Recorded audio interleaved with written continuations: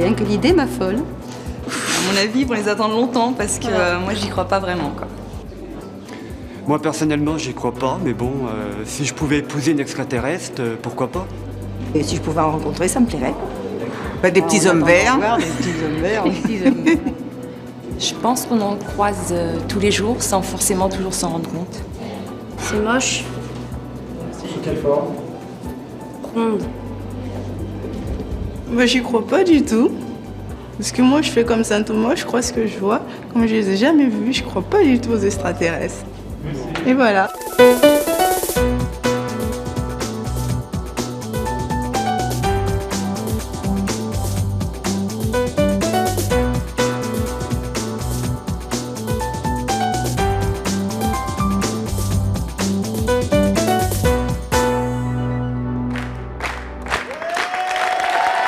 Bonjour à tous, aujourd'hui nous allons recevoir Hugo et la chanteuse Sandy Valentino. Tous les deux affirment avoir eu des contacts avec des extraterrestres et depuis ils attendent impatiemment leur retour et c'est leur choix.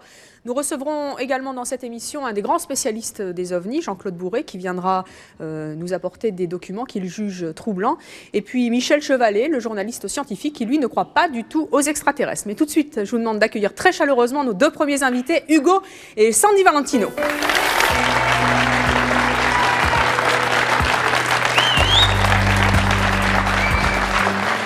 Sandy, Hugo, bonjour. Bonjour.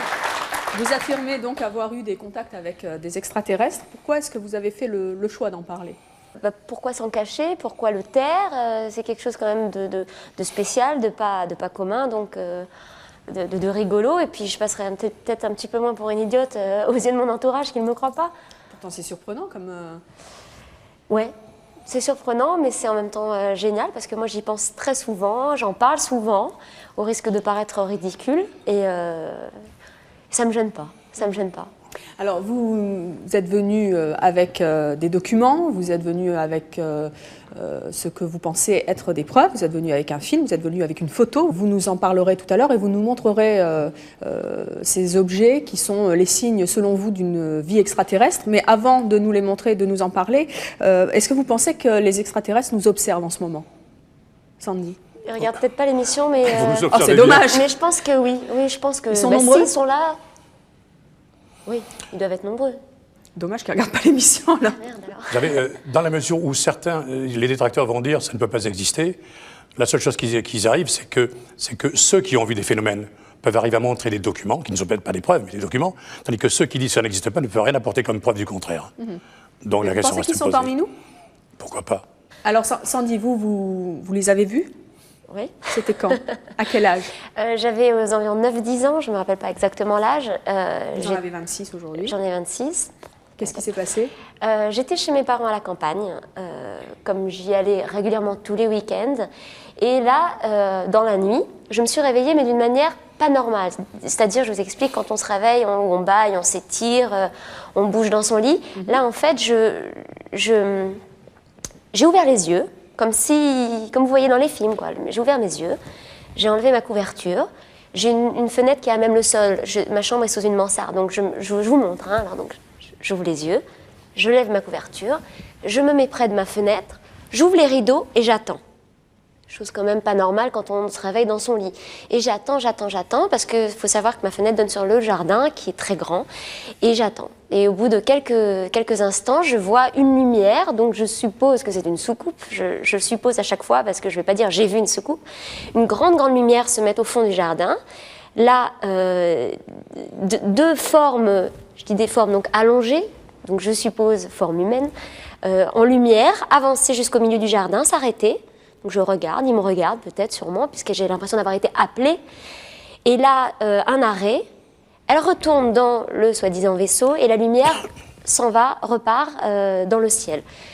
Là, qu'est-ce que je fais? Je vais directement dans la chambre de mes parents. Je réveille mon père, puisque c'est lui qui est du côté de la porte. Papa, viens voir, j'ai vu des extraterrestres dans le jardin. Oui, ma chérie, j'arrive. Hein, on est complètement endormi. Il vient effectivement dans la chambre. Bon, il n'a rien vu, mais il a vu qu'il y avait mes volets, enfin mes rideaux d'ouvert. Il m'a dit dors, t'as fait un mauvais rêve. Et en fait, je suis persuadée de ne pas avoir fait de mauvais rêve parce que c'est pas normal que j'ai été réveillée comme ça dans la nuit et surtout que j'ai ouvert les volets. Je ne suis pas du tout somnambule. Et en général, quand je vois quelque chose et que j'y crois dur comme fer, c'est que je l'ai vu. Donc moi, je suis vraiment persuadée d'avoir vu ça. J'étais trop dans un état bizarre pour ne pas l'avoir vu. Vous les avez revus? Je ne les ai pas revus. Il y a eu un autre phénomène qui a eu lieu pendant des années, bien plus étrange que ça. Peut-être que c'est aussi des extraterrestres, mais ça, je ne peux pas le dire. C'est que quand je vous dis des années, c'est jusqu'à l'âge de 12 ans. Hein. Et depuis que j'ai l'âge d'expliquer ce que je vois, j'avais tous les soirs, dans ma chambre, j'avais peur d'aller me coucher parce qu'il y avait l'ombre entre guillemets. Mes parents, ils savent de quoi je parle. J'avais peur, j'appréhendais, et donc quand j'étais au lit, que tout le monde dormait, j'entendais un bruit dans la maison. J'entendais des pas. Une ombre se penchait sur moi, mais se penchait comme une mère qui viendrait couver sa fille. Elle se penche, alors là, évidemment, comme tout enfant, j'étais comme ça, terrorisée, je ne respirais pas, parce que quand on est bébé, on pense que quand on ne respire pas, on ne voit pas. L'ombre se lève de mon lit, passe dans la chambre de mon frère qui était communicante. Là, j'entends plus de pas non plus, donc je suppose qu'elle se penchait aussi au-dessus de mon frère qui, lui, n'a jamais rien vu. Et après, plus d'ombre. Et ça pendant 11 ans. Et un jour, on a déménagé. Et le jour du déménagement, comme tout était emballé, j'étais dormir chez ma voisine qui était au premier étage. Et j'ai revu cette ombre chez ma voisine. Et vos parents, ils vous ont cru? Oui. Pourquoi? Ils m'ont cru parce que c'était trop flagrant. C'était trop récurrent, c'était trop... J'étais vraiment terrorisée. Et si ça avait été dans mes rêves, j'aurais pu voir cette ombre lorsque j'étais endormie, alors que c'était le soir et je ne m'endormais qu'une fois qu'elle était passée. Tellement je savais qu'elle revenait tous les soirs. Une fois qu'elle était passée, j'étais apaisée. Je me suis dit, bon, ça y est, elle est venue me dire... Mais c'était plus un côté... J'avais l'impression qu'elle prenait soin de moi et qu'elle voyait si j'étais bien, si tout allait bien. Et donc, pourquoi est-ce qu'ils n'ont pas pris contact avec vous? Ils ont peut-être pris contact en venant dans le jardin, et puis après... Vous regrettez qu'ils ne vous aient pas parlé? Ah oui, moi je les aurais planqués chez moi, et je n'aurais certainement pas dit aux autorités qu'ils étaient chez moi, je les aurais gardés, j'aurais essayé d'apprendre d'eux, plutôt que de moi leur apprendre des choses, parce que je pense que si vraiment il y en a autant que ça et qu'ils ont la force de nous observer, c'est qu'ils sont supérieurs, et s'ils sont supérieurs, ils savent déjà tout de nous, on n'a rien à leur apprendre. Mais vous les imaginez comment? Ils sont imagine, comme nous, ils sont... Ils peuvent... Je les imagine pas vraiment, je les visualise pas. Oui, on espère toujours qu'ils aient une forme un petit peu humaine, qu'ils soient d'une taille humaine, d'apparence un peu humaine, mais je les imagine pas avec des cheveux, des trucs comme ça. Le problème, c'est qu'on a tellement d'images aussi d'extraterrestres à cause des films, que maintenant, quand on pense extraterrestres, on a tout de suite des images toutes faites. Mais je les vois pas manger comme nous, je les vois pas à table avec nous. Ils mangent comment? Je les imagine plutôt dans un caisson revitalisant, même pas avec des pilules, quoi, tout simplement régénérant, voilà, se régénérer tout seul, des cellules super développées et super douées, quoi. Dans un caisson un petit peu comme Michael Jackson? Ouais, vous faites très très bien de parler de Michael Jackson, parce que s'il y a une personne sur Terre à laquelle je pense qui pourrait être un extraterrestre, s'il y en a une, sincèrement, je me suis déjà posé des questions. Au sens propre ou au sens figuré? Non, au sens propre du terme. On ne peut pas lui donner l'âge, il est en pleine mutation là en ce moment. Non, il fait plutôt mutant, oui. Pourquoi pas, parce que même dans sa tête, il est pas net, ça pourrait. ça pourrait, non, je vous assure, j'y crois dur comme fer. Hein. Bonjour, je m'appelle Sandra. Moi, ce que je veux vous dire, c'est que, en fait, vous pensez pas plutôt que c'est la peur de la nuit, d'être dans une maison de campagne? Non, parce que... Excuse-moi, vas-y, continue. Non, mais parce qu'en fait, à chaque fois, c'est l'ombre le soir, la nuit, dans le lit. Eh ben, dans le lit et l'ombre, c'était toujours dans mon appartement, dans le 11e arrondissement. Une fois que j'ai eu déménagé, j'ai pu retrouver cette ombre. Donc ça n'avait rien à voir avec le fait d'avoir peur la nuit, ni avoir peur du soir, parce que c'était pas du tout à la campagne, et j'ai jamais eu peur la nuit. Je me couchais, bonne nuit papa, bonne nuit maman, j'allais me coucher, je pleurais pas. J'ai jamais eu peur du noir, ni de la nuit, ni du... Non, ça c'est sûr. Qu'est-ce que ça a changé dans votre vie? Ça a changé que je vois les choses d'une autre manière. Je regarde déjà attentivement tous les documentaires qui parlent de ça. J'y crois très fort, j'espère. Ça a changé le fait que ça ouvre l'esprit. Je me dis que si on est encore à la recherche de certains médicaments, peut-être que Peut-être que s'ils se manifestaient, peut-être qu'on aurait beaucoup de réponses à des recherches, beaucoup de choses s'arrangeraient. Parce qu'ils nous apporteraient des choses qu'on ne sait pas. Bonjour, moi je m'appelle Erwan. J'aimerais savoir s'ils ont laissé une trace physique de leur présence dans le jardin ou quelque chose comme ça. Rien du tout. Non, je sais qu'en me réveillant le matin, je suis allée voir en espérant qu'il y ait une trace ronde. Non, rien. C'est juste dans votre... Rien, et malheureusement, je suis la seule à avoir vu ça. Mes voisins n'ont rien vu. Non, je suis toute seule. Et vous avez entendu un bruit spécial Non. Je sais que j'ai été réveillée d'une manière automatique, mais j'ai rien entendu. J'ai vu la lumière vraiment se poser sur le jardin et repartir. Hugo, vous avez une trace de votre contact avec les extraterrestres? Le 8 septembre 97, donc il était 1h43, je dis bien du matin, et pour cause, j'étais en train de rentrer un article sur mon ordinateur. La fenêtre était ouverte, il faisait chaud, j'avais une terrasse, donc, et je suis sorti pour fumer une cigarette. Et donc, au moment où j'étais en train de fumer une cigarette, j'ai senti comme des vibrations dans la poitrine, des coups répétés. Et comme il y avait un jasmin qui était sur ma terrasse, le jasmin qui bougeait à la même cadence. Bon, sur le coup, je n'ai pas prêté cas, sauf que les coups revenant qu'il y avait régulièrement, je me suis posé une question, et j'habite donc Boulogne, et environ à 250 mètres de chez moi, il y a une grande tour, et au-dessus de la tour, il y a une masse noire qui est arrivée, qui passait. Donc, comme beaucoup de journalistes, j'ai quand même toujours mon appareil photo qui est près de la porte d'entrée chargé. Je prends mon appareil photo, et j'ai voulu tirer quelques photos donc, en automatique, ce n'était pas possible. J'ai voulu le faire en manuel, ce n'est pas possible non plus. J'ai enclenché mon chrono. Mon observation a duré 17 secondes. Et j'ai vu passer au-dessus de moi donc un engin triangulaire. Ça peut paraître très étonnant peut-être. Je ne sais pas ce que c'était. Nul bruit. Un engin triangulaire avec plein de petites lumières dessous comme des lucioles qui brillaient. L'histoire se serait arrêtée là, sauf que je n'ai pas rendu cette affaire publique. J'ai simplement alerté un réseau de personnes que je connais en disant si vous entendez parler de gens qui ont vu quelque chose d'étrange dans une certaine direction et vers une certaine heure, entre une certaine tranche d'heure, tenez-moi au courant. J'ai été contacté très peu de temps après par 2 gendarmes de l'héliport d'Issy-les-Moulineaux qui sont venus chez moi. J'étais voir donc ensuite à la brigade. Qui avaient vu la même chose que vous? Qui ont pris ma déposition car une personne avait vu la même chose 2 minutes plus tard. D'accord. Et chose troublante, c'est que 2 jours et demi après que j'ai vu cette chose-là, je ne sais pas ce que c'était, je suis monté à 26 de tension, alors que je suis d'un naturel tout à fait normal, 26 de tension, donc une hypertension illogique. Seulement, quand on m'a pris la tension, j'avais 26 à droite et 24 à gauche. Donc, j'étais amené directement à un hôpital. Et à l'hôpital, donc, le symptôme que je présentais d'une différence de points entre la gauche et la droite était ce qu'on appelle un phéochromocytome, normalement. C'est-à-dire, c'est une tumeur sur une glande surrénale et une glande endocrine. Et là-dessus, donc, on m'a mis à l'examen. Je suis resté 15 jours en hospitalisation.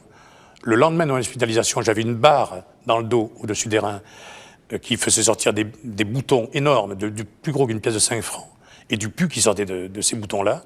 Ça a duré donc 15 jours. Je suis sorti de cet hôpital, l'hôpital Saint-Michel à Paris, donc on peut se renseigner dans le 15e arrondissement. Je suis sorti car on a fait des lames d'analyse de pus qui sortaient. Il n'y avait aucune bactérie dedans, c'était du pus, mais il n'y avait rien dedans. Mon hypertension a duré donc pendant plusieurs mois, malgré des hypotenseurs.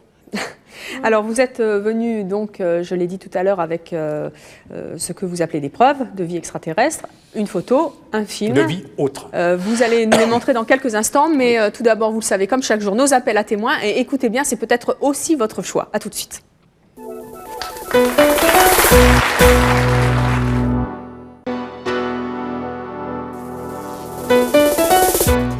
Je vous attends sur le plateau de C'est mon choix. Si vous êtes marié et infidèle et que vous l'assumez, ou si vous acceptez les infidélités de votre conjoint, si vous refusez d'envoyer vos enfants à l'école et que vous leur faites cours à la maison, ou si vous n'êtes jamais allé à l'école, enfin si vous ne voulez pas révéler votre homosexualité à vos parents, mais que vous souhaitez nous expliquer ce choix de manière anonyme, ou si vous refusez l'homosexualité de votre enfant, contactez-nous au 01 53 84 31 11 si ce sont vos choix, que vous les assumiez ou que vous les regrettiez. Nous retrouvons Hugo, il affirme détenir des preuves d'une vie extraterrestre et il est venu avec ces preuves. Hugo, vous avez tout d'abord une photo. Nous allons la voir. Oui, qui m'a été renvoyée par un correspondant américain. Cette photo a été prise en 91 au sud de Los Angeles.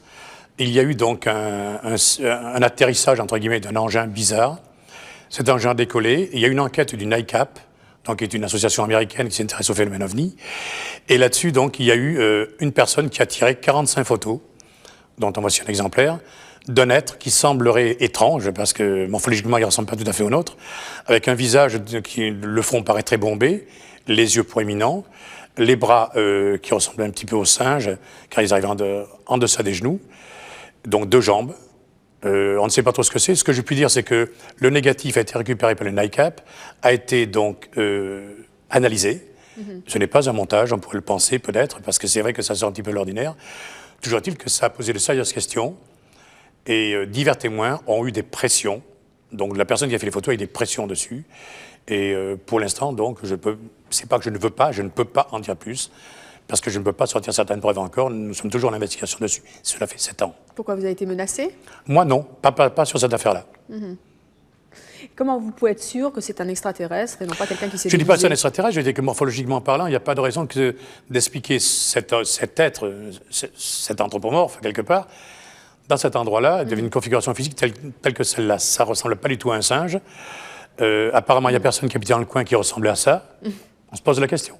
Alors, vous avez un film. Avant de voir ce film, qu'est-ce qu'il représente? Qu'est-ce qu'on va y voir? Ce film a été pris à Tours. Il y a une dame qui rentrait chez elle, il était 1h30 du matin, quand il y a plusieurs lumières qui se sont mises autour de sa voiture. Elle a eu peur. Elle a foncé le plus rapidement possible, elle est arrivée chez elle. Elle a réveillé son mari qui a pris son caméscope. Et il a filmé pendant 3 heures cette chose-là. À l'époque, quelqu'un était monté au créneau en disant que c'était sa discothèque. Seulement un canon lumière qui porte quand même à 25 km, c'est possible.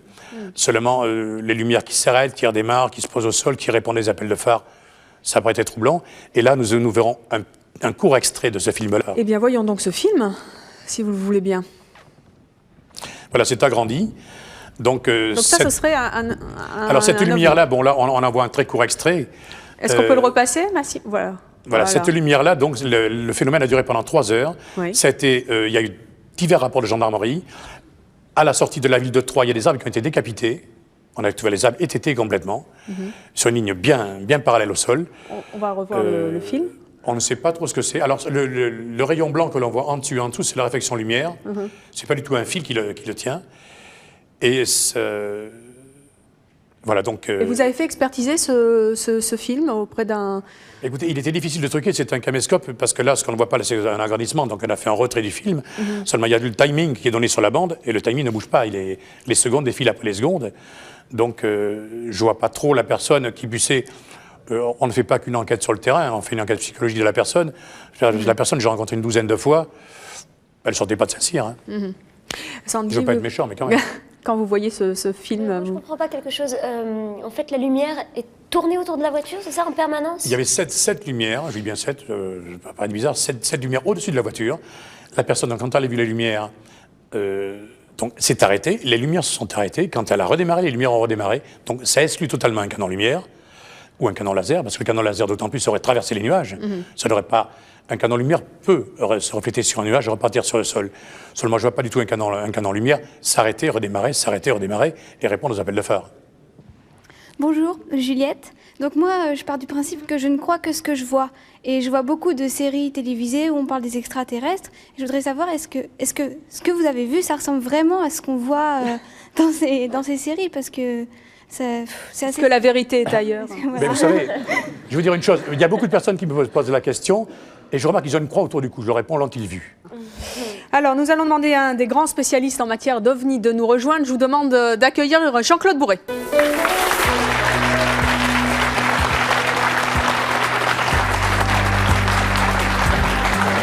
Jean-Claude, bonjour.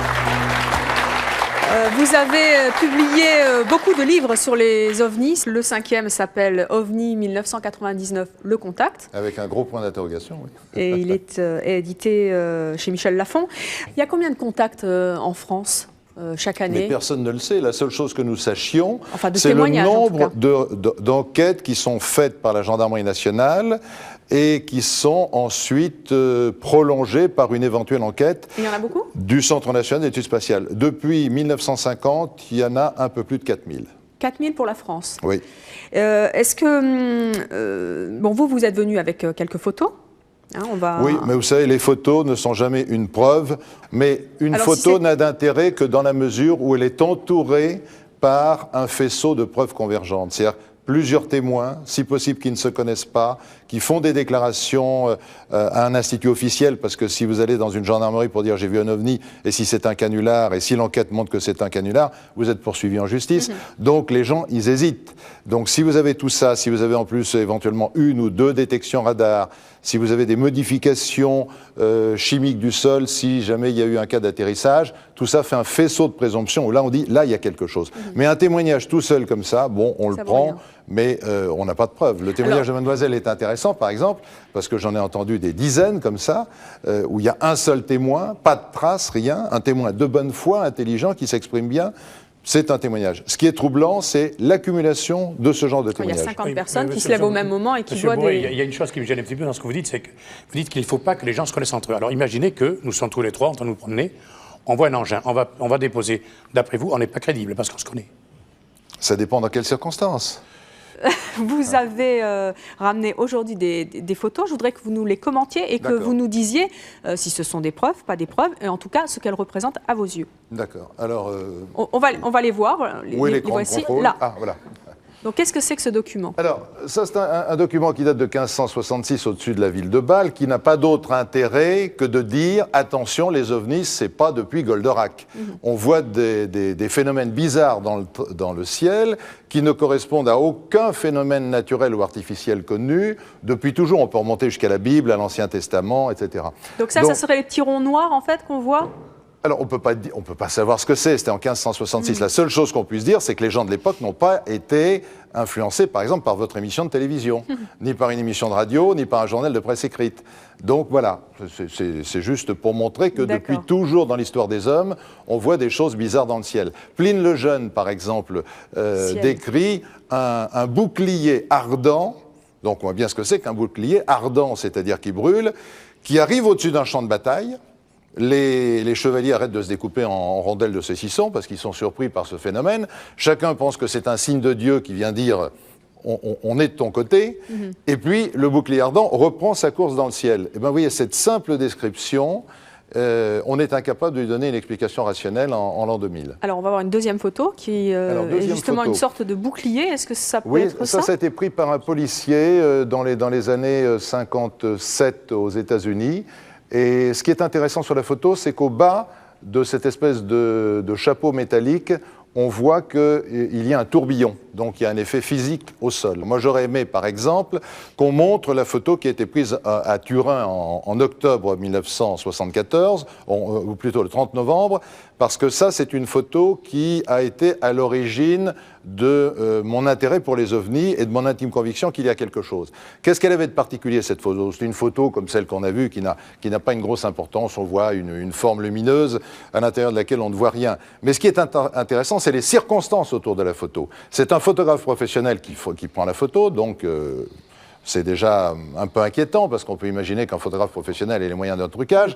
Mais cette photo, en réalité, elle est entourée de tout un ensemble de témoignages qui fait qu'elle devient crédible. C'est-à-dire qu'il y a 2 équipages d'avions qui voient l'objet volant non identifié, un 3e équipage d'avions qui, entendant les conversations radio échangées entre les 2 premiers équipages et la tour de contrôle de Turin, essaye de s'en approcher. Et alors que cette forme lumineuse n'a pas bougé depuis un quart d'heure à peu près, elle prend une accélération brutale et elle laisse sur place un avion qui fonce sur elle à plus de 500 km/h. Et puis vous avez des centaines de témoins au sol qui ont vu cet objet volant non identifié. Et puis vous avez le radar qu'il a détecté, le radar civil. Et puis quand on fait une enquête, puisque j'ai envoyé un journaliste qui est passé une semaine là-bas, on se rend compte que le radar militaire, qui était sur une autre longueur d'onde, a détecté cet objet volant non identifié. Donc là, on n'a plus seulement une photo. On a un ensemble de phénomènes avec des détections radar qui montrent qu'il s'est vraiment passé quelque chose qui n'est pas compréhensible. Bonjour, alors Nathalie. J'ai 2 questions. La première pour monsieur, la deuxième pour Sandy. Donc la première, par rapport à ce qui vous est arrivé, j'aimerais savoir si on doit considérer les extraterrestres plutôt comme amis ou ennemis. Et la deuxième question, c'est pour donc Sandy. À votre avis, que recherchent les extraterrestres en venant dans notre civilisation ? Qu'est-ce qu'ils attendent ? Alors doit-on les considérer amis ou ennemis ? Oui. Moi, je n'oserais pas m'avancer plus loin, si voilà.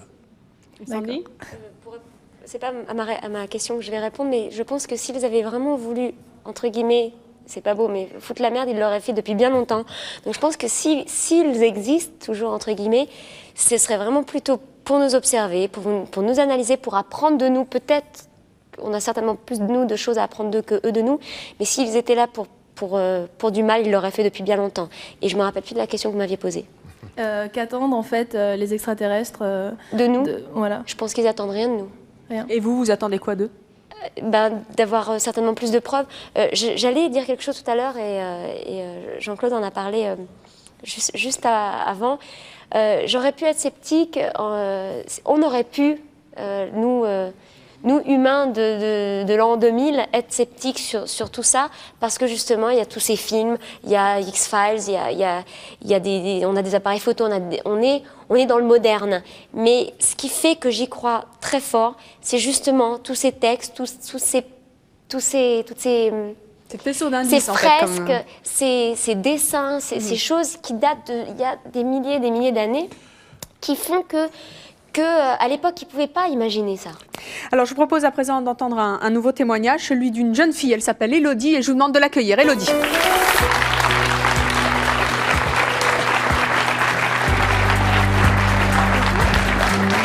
Bonjour Élodie, vous avez 20 ans, vous êtes professeure de danse? Oui, toute jeune professeure. Pardon? Non, toute jeune professeure. Mais toute jeune, oui, 20 ans. Qu'est-ce que vous avez vu?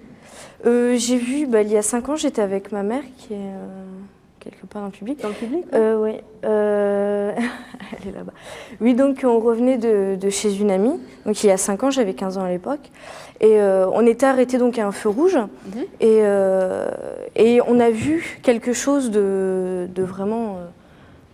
vraiment étrange, quoi. C'était vraiment c'était immobile, c'était une masse orangée. Donc on s'est regardé avec ma mère, on s'est dit mais qu'est-ce que c'est? Et quand le feu s'est mis au vert, donc c'était immobile au départ, et quand le feu s'est mis au vert, on a avancé, et cette chose a avancé vers nous en fait. Cette chose a avancé vers nous, et ma mère à un moment a eu peur, donc elle a donné un coup de volant sur la droite, et à ce moment-là, cette chose a changé de direction, en fait, est partie vers la gauche. Et donc ma mère a fait demi-tour, on l'a suivie, et à ce moment-là, enfin je veux dire, on l'a vu, c'était assez gros, c'était assez impressionnant. C'était quoi? C'était vraiment la forme d'une soucoupe volante. C'était très arrondi, c'était assez grand, oui. C'était orangé, c'était d'une couleur orangée, brillante, mais pas éblouissante parce qu'on l'a toujours regardé. Et c'était grand, on peut pas donner de taille. Mais c'était grand comme le studio? Non, quand même. Plus petit, mais je veux dire, la forme était nette. Et ça avançait tout d'un coup sur vous et c'est reparti? Comment ça fait? avançait doucement vers nous. Ça avançait doucement vers nous. Donc à ce moment-là, on a donné un coup de volant. Enfin, ma mère a donné un coup de volant. Et à ce moment-là, ça a changé de trajectoire et en fait, c'est parti. Ça a changé de trajectoire et c'est parti dans une autre direction, quoi. À votre hauteur? À hauteur de voiture ou non, mais c'était pas très haut. C'était pas très haut. C'était plus bas qu'une maison. Enfin, je veux dire, le niveau d'une maison, c'était plus bas, quoi. Et donc, on l'a suivi. Oui. Et on l'a suivi jusque dans la campagne où là, il a disparu. En fait, il est parti, pas très rapidement, mais... Enfin, je veux dire, il est devenu tout petit et puis on l'a perdu de vue. Mais pas d'un coup sec, je veux dire, c'était toujours tout doux. Enfin, et vous êtes persuadé que c'est une soucoupe volante? Ouais. Pourquoi? Parce que j'ai déjà vu un avion dans le ciel quand il fait nuit, j'ai déjà vu des tas de choses, un satellite, et ça, c'était autre chose. Et vous avez été à la gendarmerie dire que vous aviez vu quelque chose de spécial? Non, et pourquoi non? Parce que déjà, au départ, quand on en parlait, c'était... Ouais, tout le monde se moquait de vous? Exactement, oui, et puis... Et en fait, on en a parlé un petit peu autour de nous, et effectivement, il y a 2 personnes qu'on ne connaît absolument pas qui ont vu aussi quelque chose. Ce même soir? Ce même soir. Mais moi, en fait, ils ont vu une forme orange, mais rond. En fait, ils l'ont vu haut comme un satellite, quelque chose de... Mais de gros quand même. Vous n'en avez plus jamais revu? Non. Ils n'ont pas tenté de prendre contact avec vous? Non plus. Non plus. Et qu'est-ce que ça a changé dans votre vie à vous? Rien de spécial, mais ça me fait peur. Pourquoi? Parce que c'est l'inconnu. Je veux dire, nous en fait, au départ, quand on l'a vu, on a été curieuse, ce qui fait qu'en fait, on l'a suivi. Et c'est quand on l'a perdu de vue, quand on a vu le ciel noir, que moi j'ai eu peur personnellement. Eu peur de quoi? Peur d'eux. Parce que c'était tellement... je veux dire, on peut rien. Je veux dire, ils sont beaucoup plus puissants que nous. Je veux dire, ils sont... Moi, ça me fait peur. Et vous les imaginez comment? Je les imagine pas vraiment. Pas comme nous. Pas comme nous, quoi. Mais ils vous font peur? Ouais, ça me fait peur. Peur de l'inconnu, je pense. Parce que ça avait l'air puissant, c'est ça? Puissant, ouais. Voilà, c'est ça. Mais moi, ce que j'ai vu, j'en suis sûre. Et depuis que j'ai vu, avant j'y croyais, mais bon, j'avais jamais vu. Mais maintenant que j'ai vu, je dis... c'est vrai, ils existent. Vrai, ouais. Et vous attendez à ce qu'ils reviennent? Pourquoi pas? Mais j'aimerais bien en revoir, moi, mais de loin. Je voudrais pas. Exactement. Bonjour, je m'appelle Coco. Je voulais vous demander si... moi, je n'y crois pas du tout. Et je voulais vous demander si ce n'était pas un phénomène de mode. Parce qu'au début, on en a plutôt entendu parler des extraterrestres aux États-Unis. Je veux dire, on dit qu'on est 10 ans en retard par rapport aux États-Unis. Et je voulais savoir si ce n'était pas un phénomène de mode, quoi. Alors, c'est un phénomène de mode ou pas? Non. On ne peut pas parler de phénomène de mode dans la mesure où dans toute l'histoire de l'humanité, aussi loin que l'on remonte, et pas seulement jusqu'à la Bible, mais disons avant la guerre de 40, à l'époque où la télévision n'existait pas vraiment, on trouve ce genre de témoignages.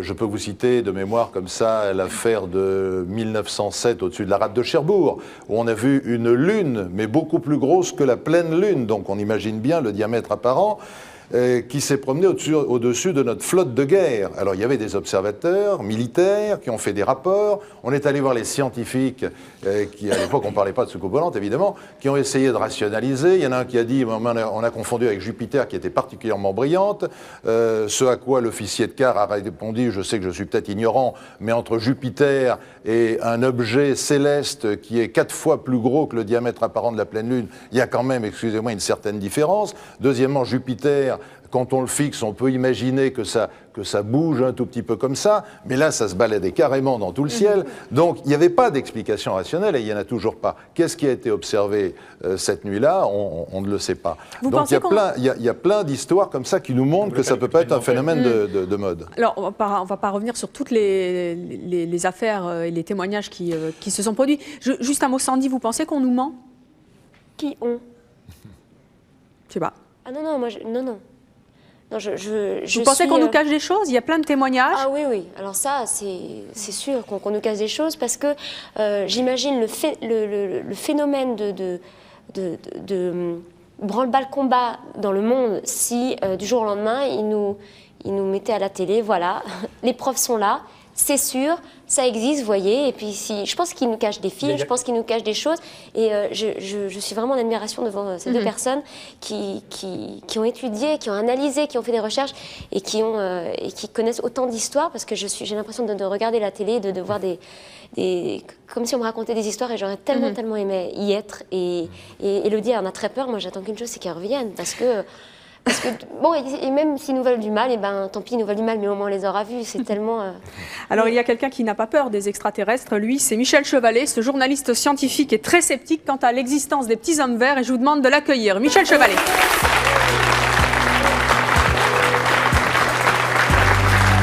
Michel, bonjour. Vous étiez dans les coulisses quand vous avez entendu... j'ai tout entendu et tout vu. Tous ces témoignages, qu'est-ce que vous en pensez? Alors, une première remarque déjà, et Dieu sait si nous n'avons pas les mêmes avis avec mon grand copain Jean-Claude, mais j'ai noté tout de même la pondération de ses propos, et finalement, on va avoir les mêmes opinions, et j'apprécie beaucoup. Par contre, ma première remarque, c'est que, comme le dit Jean-Claude justement, ce sont toujours le même type de témoignages, le même type de situation. Je vous dirais, vous manquez beaucoup d'imagination pour nous décrire des phénomènes extraterrestres. Pourquoi? Dernière remarque. Non, c'est toujours... Si vous voulez, quand les gens décrivent les situations, ce sont toujours des choses invraisemblables. C'est-à-dire, on n'est jamais dans des cas, je dirais, classiques d'observation. Il fait nuit, j'ai pas eu le temps de prendre des photos. Mais Michel, est-ce que vous pensez, vous, crédible que des personnes aient pu voir des extraterrestres? Alors oui, ça, moi, je dis oui, les gens ne sont pas fous. Oui, les gens ont vu quelque chose. C'est l'interprétation. Un fait n'a de valeur que par l'interprétation qu'on lui donne. Voilà. Oui, bonjour Audrey. J'aurais voulu savoir ce que vous pensiez de l'affaire Roswell. À qui vous posez la question? À tout le monde. Bon, on va demander à Michel, puisqu'il est dernier arrivé. Oui, enfin, je crois qu'avec Jean-Claude, on a la même analyse. L'affaire Roswell, moi je dis, c'est une grande mystification. Elle n'a pas été fausse à 100%, je suis désolé. Est-ce que vous apportez la preuve qu'elle a été fausse? Vous affirmez des choses. Alors nous, il faudrait qu'on puisse apporter des preuves à 100%, et vous dites que ça n'existe pas, mais vous n'apportez aucune preuve que ça n'existe pas. Mais Michel, vous pensez que les gouvernements nous cachent quelque chose? Alors, C'est difficile, bien sûr, je ne peux pas me mettre à la place du gouvernement, c'est vrai, mais là, restons dans des domaines de la vie courante, dans des dossiers de la vie courante. On n'a pas accès, nous, journalistes, à toutes les informations, c'est bien vrai. Il est possible que certains rapports aient été émis ou gonflés artificiellement, mais je crois qu'il y a des gens aussi qui ont intérêt à ce que Voltaire disait, à amasser des nuages au-dessus de leur tête pour les crever ensuite. Et donc il y a des gens qui vivent de ces mystères. Je ne me tourne pas vers Jean-Claude, mais eux, ils font des livres. C'est normal, il y en a des gens qui font des revues. Mais Jean-Claude, très habilement, a bien mis contact, ce qui excite l'intérêt des gens. Ben oui, contact, mais il a été intelligent, il a mis point d'interrogation derrière. Pas fou. Bon. Je vous rends hommage, mon cher. Donc je dis, attention, méfions-nous de trois choses. Méfions-nous d'abord du témoignage humain. On peut trouver tout, et Dieu sait. Mais comment vous expliquez qu'à chaque fois qu'on voit une soucoupe volante, que les gens voient des soucoupes volantes, ils voient la même chose? Je ne sais pas s'ils ont vu une soucoupe volante. Enfin, ils ont vu quelque chose. Ils ont vu quelque chose qui ressemble toujours à la même chose. Il y en a qui voient un triangle, il y en a qui voient un rond, il y en a qui voient qu'une lumière. On ne voit pas tous la même chose, hein, non?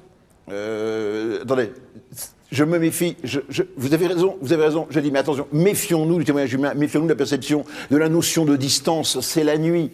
Faute de repères. Écoutez, il le sait bien. Prenez l'accident de Kennedy avec son avion. Pilote débutant, il a fait la faute du débutant de la perte d'horizon, qui est le coup classique, c'est-à-dire que son avion a piqué, il ne croyait pas à ses instruments, qui eux disaient la vérité, il était trompé par ses perceptions. Et Dieu sait s'il pilote. Et ça, c'est la pire des choses. Méfions-nous de notre vision. On voit non pas avec ses yeux, mais on voit avec son cerveau. C'est-à-dire l'interprétation qui est faite des choses. Ce sont les appareils électroniques. Alors, appareil électronique, regardez ce qu'a donné la caméra. Vous nous montrez 3 secondes d'image, j'aurais voulu en voir beaucoup plus, qui ne me prouve absolument rien. Vous aurez filmé un réverbère, ça me donne la même chose. Mais bien sûr, non mais... Alors... Je voulais dire quelque chose. Quand j'entends raisonner comme ça, je me pose la question sur la valeur journalistique. Parce que quand on se permet de... On sait très bien qu'on ne peut pas... Non, mais vous pouvez penser qu'on puisse douter quand même. On peut douter, mais c'est aussi une des caractéristiques du journaliste. Mais attention, mais il faudrait qu'il dise surtout qu'il ne doute pas du fait qu'il envoie 10 secondes, parce que le timing nous impose 10 secondes. Si on pouvait voir 3 heures, on verrait 3 heures. Je crois dur comme fer. Oui, bonjour, Élodie. Oui. Je voudrais savoir si votre mère a vu cette lueur orange que vous dites... Ah bah oui, elle était avec moi, on a vu toutes les deux la même chose et... Bah, il n'y a qu'à lui demander, elle est là. Oh ouais, non mais... Vous voulez lui demander? Oui. Elle est où, maman? Où elle est, maman? Elle est là. Alors, vous les avez vus? Il a failli dire éléphant rose. Hein. Vous les avez vus, ces lumières? Avec Élodie, oui. Et c'était comme elle a dit? Comme elle a dit, exactement. À part que, bon, sur la fin, c'est vrai, bon, elle a eu peur. Moi, bon, on a inversé un peu les rôles. Moi, j'aurais bien continué. Mais après, bon, en y pensant, on se dit que, bon, on va aller mieux pour ses chemins, je pense. Ouais. Donc, oui, elle l'a vu, comme sa fille. C'était bizarre. Bonjour, moi je m'appelle Nicolas. Je voudrais savoir pourquoi on donne toujours une interprétation à des visions plus ou moins étranges. Pourquoi une interprétation extraterrestre? Pourquoi pas des esprits ou un aspect mystique ou... On peut partir dans n'importe quelle direction. On peut voir Dieu aussi, il peut être auréolé. Ouais, mais non, c'était vraiment... Enfin, moi, personnellement, ce que j'ai vu, c'était une masse, quoi. Je veux dire, c'était pas une lumière, ça n'avait rien à voir avec une lumière. Il n'y a aucun critère pour lui donner un aspect extraterrestre ou une soucoupe volante ou pourquoi des gens dedans ou pourquoi des choses comme ça. Oui, mais bon... Enfin, je veux dire... Je sais pas, mais ce que j'ai vu, ça peut pas être un avion. Je veux dire, qu'on m'explique. J'ai pas dit que c'était une soucoupe volante ou quoi, mais qu'on m'explique, qu'on me dise ce que c'est. C'est simplement bizarre, étrange. On sait voilà, pas ce que c'est étrange, mais bon, en esprit, je pense pas, non. C'est aussi probable qu'un extraterrestre. Ah non, mais je crois aussi aux esprits. Mais là, Michel, si tout ça n'existe pas, pourquoi est-ce qu'il y a autant de gens qui y croient? Alors, si vous voulez, c'est difficile de répondre à la question. Je dirais, je résume très rapidement les choses. C'est vrai, il y a des gens... Moi, je rejette 99,99% de tout le témoignage. Mais il y a des moments où on ne sait pas expliquer. On ne sait pas expliquer parce qu'on ne connaît pas tout, mais on ne sait pas expliquer parce qu'on n'a pas les éléments pour pouvoir comprendre, interpréter, disséquer. Ça, c'est la première des choses. La deuxième, il faut se méfier aussi de toutes les données psychologiques qu'il y a derrière. C'est-à-dire, je m'explique, on ne donne des interprétations que par rapport à l'ensemble de nos connaissances. C'est-à-dire qu'on ne peut pas inventer, je dirais, des choses qui n'existent pas, des concepts qui n'existent pas. C'est-à-dire le concept de soucoupe volante, la flying saucers, regardez quand c'est venu, Jean-Claude le sait très bien, tout ça s'est apparu à la fin de la Deuxième Guerre mondiale, aux États-Unis, dans les mêmes coins de l'Arizona, du Nevada, là où les Américains commençaient à faire joujou avec des ailes volantes, avec tout un tas d'objets. Et là, il y avait le secret militaire. Et du secret militaire qui couvrait ces essais de l'armée américaine, on a fait un secret général sur tout un tas d'autres objets. Et c'est vrai que si des journalistes à l'époque venaient se frotter dans le coin, ils étaient éconduits et peut-être qu'il y avait des moyens de pression pour les dissuader de passer sous le grillage et d'aller filmer. Ça, c'est vrai. Donc vous voyez, méfions-nous, mais le concept l'évolution, par contre, l'autre donnée qui est, alors là, y a-t-il de la vie dans l'univers, quelle forme de vie, ça c'est un tout autre débat. Et quand on les accule dans leur coin, fort poliment, mais fermement, dans les derniers retranchements, ils vous disent, mais alors, vous dites qu'il n'y a pas de vie dans l'univers. J'ai dit, attendez, ne mélangeons pas les choses. Les soucoupes volantes c'est une chose, la vie dans l'univers c'est une autre chose. Alors Sandy, si vous pouviez envoyer un message aux extraterrestres, qu'est-ce que vous leur diriez ? J'ai déjà envoyé un message. J'étais petite, je devais avoir 13-14 ans et il y avait eu sur une autre chaîne une demande aux enfants, envoyer des messages à E.T., entre guillemets E.T. Et les 1000 premières réponses ont vu leur message envoyé dans une sonde qui est partie là-haut.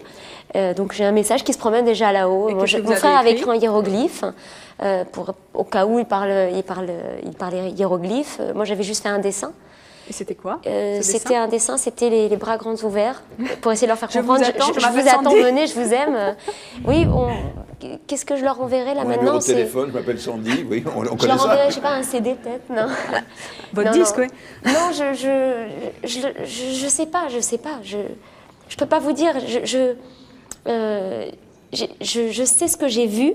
On va en revenir un peu en arrière. Je sais ce que j'ai vu, je sais ce qui s'est passé. Vous parliez d'approximation, de distance qui était peut-être mal vécue, etc. Moi, je sais que si ça avait été une voiture, je ne sais pas comment elle aurait été dans mon jardin, parce qu'il y a des tuyaux tout autour et qu'une voiture qui atterrit dans mon jardin ne peut repartir que par derrière ma chambre. Donc, elle ne peut pas partir d'ailleurs et encore moins remonter dans le ciel. Jean-Claude, tu sais, si tu veux monter au premier étage, mademoiselle, il faut mettre l'échelle.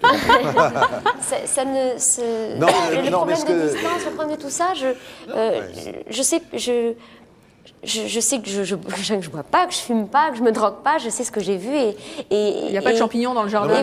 J'ai recueilli des centaines de témoignages semblables à celui-ci. Donc on n'a pas de preuves, c'est un témoin unique, etc. Mais ce qui est troublant, c'est l'accumulation de ce type de témoignages qu'on peut mettre dans un cas à part. Mais je voudrais juste revenir sur le message que vous avez lancé aux extraterrestres. Parce que pour qu'il y ait communication entre deux êtres, il faut qu'il y ait un langage unique. Donc si moi je lance les bras comme ça vers les extraterrestres, dans ma mentalité à moi, ça veut dire je n'ai pas d'armes, je vous tends les bras, je vous aime. Mais imaginez que le geste de provocation sur la planète, ce soit ce geste-là, qui correspondait par exemple chez nous à un bras d'honneur, eh bien c'est un peu d'ailleurs le thème de certains films américains, où c'est une déclaration de guerre. Mais vous avez vu le geste provoquant qu'a fait Sandy, on déclare la guerre à la Terre et on rase la Terre. Alors c'est très imprudent. On avait 12-13 ans. On espère que ce ne sera pas perçu comme ça le jour où votre message arrivera chez les E.T. Merci en tout cas d'être venu sur ce plateau, nous livrer vos témoignages. Vous avez rencontré, vous l'avez dit, des extraterrestres. Merci d'avoir eu le courage de le dire sur un plateau de télé. Merci à vous d'avoir posé vos questions et merci à vous de nous avoir suivis. Merci, à bientôt. Demain, nous recevrons Monique et Salima. Toutes les deux s'habillent comme leur fille. Elles n'ont pas le look de leur âge et c'est leur choix. D'autres invités ont fait le même choix. Ils nous répondront sur ce plateau. Nous leur proposerons d'ailleurs d'être relookés en leur donnant une allure plus classique qui correspond davantage à leur âge. À demain, 13h50.